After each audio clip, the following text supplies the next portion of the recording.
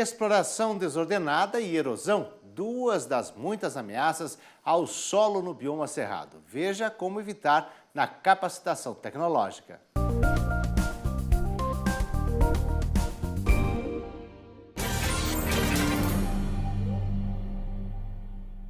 Olá, meu nome é Moacir José Salles Medrado. Nós vamos conversar hoje com você falando sobre os principais sistemas de uso da terra no Cerrado brasileiro. Esta aula nós vamos dividi-la em alguns tópicos, né? E o objetivo principal dela é dar uma ideia sucinta, mais clara, dos sistemas de uso da terra que são utilizados pelos produtores no Cerrado brasileiro. Se a gente der uma paradinha, e se eu perguntasse para você mesmo, para você elencar algumas espécies, né, importantes no Cerrado brasileiro, nessa área de extrativismo, rapidamente talvez você me desse inúmeras delas. Eu vou apresentar aqui apenas algumas que são principais, que é o caso da mangaba, do baru, né, do babaçu, jatobá, buriti, araticum, maracujá, copaíba, umbu, genipapo, cajuí, tucum e pequi. Isso é um pequeno exemplo, né, de uma constelação, digamos assim, de espécies que são muito importantes no extrativismo do Cerrado brasileiro, né? Eu coloquei o pequi ali como a rainha dessa constelação de estrelas, porque realmente é aquela tem sido a mais estudada, eu acredito, e a gente sempre, quando tem informações de extrativismo, a primeira que salta à vista é o pequi, né? Mas existe muitas outras aí, o caso da mangaba, que tem tido hoje em dia uma ênfase muito grande, né, no Cerrado também. E tem coisas que a gente, às vezes, direciona para um grupo, tipo o genipapo, que a gente direciona para o grupo alimentício, mas o genipapo é uma madeira muito boa, de qualidade também, que poderia ser muito bem também explorada em sistemas agroflorestais como componente florestal para a produção madeireira também, né? Esse extrativismo, apesar de ser importante, de ser um vetor, né, produtivo do bioma cerrado, mas ele sofre algumas ameaças, digamos assim, né? Uma delas é a sobreexploração, né? Há quem diga que o extrativismo não é sustentável exatamente porque, à medida que as pessoas começam a ganhar dinheiro, né, extraindo da natureza aquele produto, né, que gera renda para ela, a tendência é normalmente cair nessa ideia de retirar o máximo possível e termina sobreexplorando o recurso. E aí, no futuro, não é, tem problemas sérios, graves, com relação a esse tipo de comportamento. Mas, infelizmente, é assim que ocorre mesmo na natureza. À medida que você vai vendo que aquele produto pode te enriquecer, você aumenta. O que interessa é o seguinte, o que interessa é que há uma abertura grande, uma linha de pesquisa interessante, que é para se estudar, né, o nível de exploração desses recursos extrativos do bioma. Então, tem uma área bem interessante para se trabalhar aí. Essa sobreexploração e outros comportamentos podem levar também à erosão genética, ou seja, a perda, né, de genes importantes desses materiais que são utilizados pelos extratores, né? Infelizmente também essa atividade extrativa muitas vezes faz com que nós técnicos, né, a gente termine por esquecer de aumentar o volume de pesquisa para aumentar o conhecimento sobre propagação e manejo dessa espécie. Então a gente se acostuma com o extrativismo e esquece de construir uma base tecnológica, né, para que a gente possa fazer uso dessas espécies de forma complementar à extração, né? Um outro aspecto também a ser considerado no caso do extrativismo do Cerrado é a inexistência de padrão de qualidade na comercialização. É muito comum a gente ver que os grupos se organizam, né, para comercializar produtos de qualidade, extrativos de qualidade do bioma, não são muitos, né? Normalmente essa questão da preocupação com a qualidade ainda é pequena. É preciso, então, de que cada vez mais organizações não governamentais e políticas públicas sejam feitas para que os extrativistas possam melhorar essa qualidade, o padrão de qualidade na comercialização, né?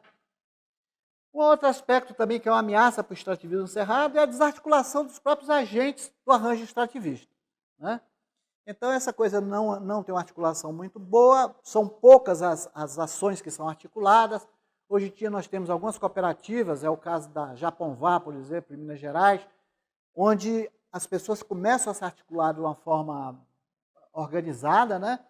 E então melhorando um pouco. Mas isso ainda é uma ameaça grave ao processo de extrativismo. E para completar, a informalidade nos segmentos componentes da cadeia produtiva. Então, há necessidade também de se trabalhar bastante essa questão da cadeia produtiva, né, do extrativismo no cerrado brasileiro. Entrando agora no outro sistema de produção que a gente tinha colocado no início, que é a fruticultura, né, o que a gente pode começar a dizer é que a fruticultura no cerrado, ela possui importância muito grande para a propriedade rural, não somente pensando na parte de extração. Ela poderá ser um vetor muito importante de geração de renda na propriedade, também no aspecto de fruticultura cultivada, né? Nós temos cerca de 60 espécies nativas que são conhecidas pela população tradicional e a maioria delas são frutíferas, né? E se eu lhe perguntar também, se você é capaz de colocar algumas espécies, certamente você vai lembrar dessas espécies aqui novamente. Pequi, Cagaia, Taraticum, Baru, Jatobá, Mangaba, Cajuí, Genipapo e Buriti, né? Obviamente que essas espécies, elas mudam de importância de acordo com a região que você está. Se eu for numa região que é piquizeira, lógico que o piqui vai sobressair. Mas se eu for numa região onde Genipapo ou Buriti tem uma ocorrência maior, o extrativismo naquela região vai ser direcionado muito mais para aquela. Então, essa questão, quando se coloca várias espécies assim, é muito mais no sentido de se dizer o leque de espécies que tem, mas elas vão variar de espécie para espécie. E a maioria dessas espécies da fruticultura potencial do cerrado, elas podem ser utilizadas de diversas formas, como geleias, doce, bolo, torta, né? E assim por diante, né? Nós temos hoje em dia uma ênfase muito grande no sorvete, porque talvez a atividade que dá mais visibilidade ao extrativismo e à fruticultura no cerrado hoje seja a questão da mangaba, né? Acompanhada por outras, mas o carro-chefe é a mangaba com relação à produção de sorvetes, principalmente, né? O que é necessário, então? É necessário que haja, para a melhoria da fruticultura do cerrado, uma evolução da industrialização no cerrado. Então, não dá para ficar pensando em fruticultura daqui para frente, moderna, que não se pensa em industrialização. E também na evolução dos plantios racionais, que são muito poucas, né? Para a potencialidade que o cerrado tem, são muito poucas as ações voltadas para esse tipo de trabalho, né? Tanto da pesquisa como também da parte de organizações não governamentais, né? E nesse sentido, é necessário, então, isso é bom até para a gente levantar dentro do âmbito do projeto Biomas, que eu acho que é uma linha de pesquisa interessante, que é o estabelecimento de coleções, não só para conservação, mas coleções de fruteiras potenciais de cerrado para conservação e uso. E quando eu falo uso, é exatamente levando para a necessidade que tem de se utilizar essas coleções no sentido de melhorá-las, né? De usá-las para melhoramento genético.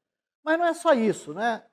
A gente tem que pensar também em estudos na biologia reprodutiva, né? Sem isso a gente não anda, na seleção de genótipos superiores, na propagação seminal e clonal, na adubação, manejo de poda e também na colheita e conservação, né? Muitas vezes a gente deixa de ganhar dinheiro porque a gente aprende a fazer um pouco a parte de implantação e manejo, mas a gente se esquece que é na comercialização e na conservação do produto que a gente pode agregar bastante valor ou perder valor na agricultura, né? Eu queria fazer para você um comentário específico para que você preste bem atenção com relação à questão de propagação clonal. Eu tenho trabalhado com muitos pesquisadores na área de melhoramento e a gente tem discutido essa possibilidade da gente agilizar, né, o uso das espécies nativas, não só produtoras de frutas, mas também de outros usos, abreviando um pouco o processo de melhoramento. Isso nunca é bem aceito, porque as pessoas têm sempre aquela ideia do melhoramento tradicional, que leva aí muito tempo, dependendo das espécies, 20 anos, 30 anos. E eu acho que esse aspecto da clonagem do material nativo pode muito bem facilitar essa quebra, né, essa quebra que existe em relação à dificuldade da gente arrancar com um projeto de fruticultura nativa, não só para o bioma cerrado, mas para outros biomas brasileiros. Por que eu digo isso? Eu digo isso pelo seguinte, porque normalmente quando você trabalha com material que não é domesticado, ou que não é um material ainda de domesticação, no estágio de domesticação que você tem muita variabilidade genética, isso à vista do produtor, à vista de quem vê dinheiro na frente, à vista de quem tem interesse em produzir geração de riqueza, é complicado, porque a variação genética faz com que varie também muito o fenótipo das plantas. E isso fica, entre aspas, feio, ela desagrada, ela não chama a atenção das pessoas e, consequentemente, faz com que muitas vezes a atividade de fruticultura ou de produção madeireira relativa àquela espécie seja retardada. Então, eu acho que podia muito bem a gente começar a trabalhar nas duas pontas, né? Trabalhar clonando os materiais superiores para dar uma certa agilidade, uniformidade nos plantios, para chamar, para marketar, para chamar a atenção das pessoas, enquanto que a gente dá fôlego para que os nossos colegas da área de genética, né, façam os trabalhos tradicionais, os testes de progênies e sucessivamente vão aprimorando o material. Então, isso é uma coisa que é difícil da gente vender, mas que eu acho que deve ser bastante discutida no meio científico, né? Plantações florestais comerciais, o que eu tenho a colocar é que não é uma coisa muito antiga, né? Tirando a teca, que das três culturas eu acho que no Cerrado brasileiro é a que tem uma experiência um pouco mais antiga, né? O que nós temos é basicamente eucalipto e seringueira. Então, se eu lhe perguntasse, talvez você desse a mesma resposta. Se eu te perguntasse quais eram as três principais espécies florestais comerciais do Cerrado, né? E principalmente eucalipto, hoje em dia tem tido um impacto na mídia, né? Um impacto na economia do Cerrado bastante grande, né? A gente vê muito se falar no eucalipto, por exemplo, no Mato Grosso do Sul, com a ênfase que a gente nem imaginaria isso há uma década atrás, né? E normalmente o eucalipto tem sido trazido e tem sido cultivado, né, no Cerrado por grandes empresas de base florestal nacional. E essas grandes empresas, né, normalmente trabalham baseada no aumento de produtividade via plantios monoclonais, né? Ou mesmo quando são seminais, são monocultivos de eucalipto, né? Que é uma coisa que a gente vai discutir na próxima aula também com você. Em função disso, do comportamento dessas empresas, a de seringueira um pouco menos, porque a seringueira já é um produto que você pode associar, né, a pequena propriedade também, e nós temos realmente uma pressão em função desse estilo, né, de produção monocultural do eucalipto, uma pressão muito forte da sociedade, tecendo críticas à espécie, né? E nós achamos que essa pressão da sociedade ela tem sido benéfica, de certo modo, né? Porque se a gente for olhar, por exemplo, o sistema de exploração de eucalipto em outros biomas nacionais na década de 60 e compará-los com a década de hoje, nós vamos ver que houve uma certa amenização, digamos assim, do sistema de produção atual em relação àquele sistema antigo. E cada vez mais a pressão aumentando, cada vez mais nós temos possibilidade de forçar com que a gente torne esse plantio de eucalipto menos agressivo, né? No caso específico de modelo de produção de eucalipto, em outras aulas nós vamos conversar com você também no sentido de discutir novas formas mais amigáveis, né, de se trabalhar com essa cultura que é importante do ponto de vista econômico, social também, mas desde que seja feita em outros moldes. No que diz respeito a sistemas agroflorestais, eles ainda são muito pouco utilizados no Cerrado. E nós julgamos que ele tem uma importância muito grande, porque nós temos inúmeras espécies potenciais arbóreas e arbustivas no Cerrado que podem servir de componentes, né, para esse tipo de sistema. E mesmo quando a gente vê algum uso, né, de sistema agroflorestal no Cerrado, tal qual a gente vê também em outros biomas, eles são concentrados em poucas espécies, né? E esses sistemas concentrados em poucas espécies, obviamente, são sistemas que têm uma baixa complexidade biológica, né?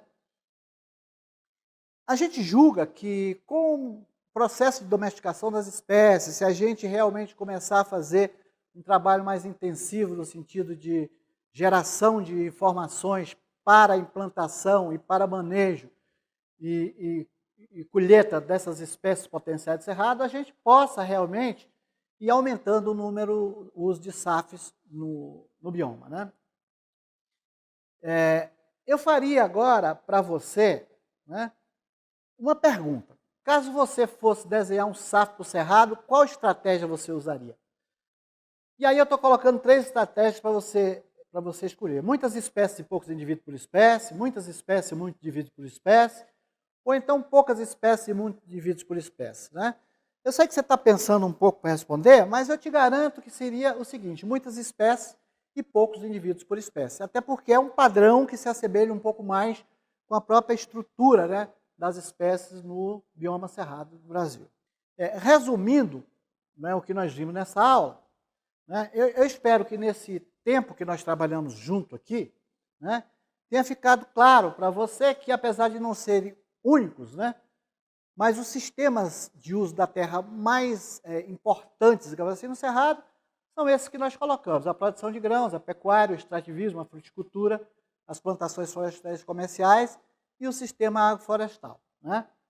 Eu tenho também a expectativa de que as considerações que nós fizemos para cada SUT, elas podem servir de base para você idealizar, inclusive, algumas alternativas de manejo, né? E que possam servir de ferramentas, né, para o desenvolvimento sustentável do bioma. Muito obrigado, até a próxima aula.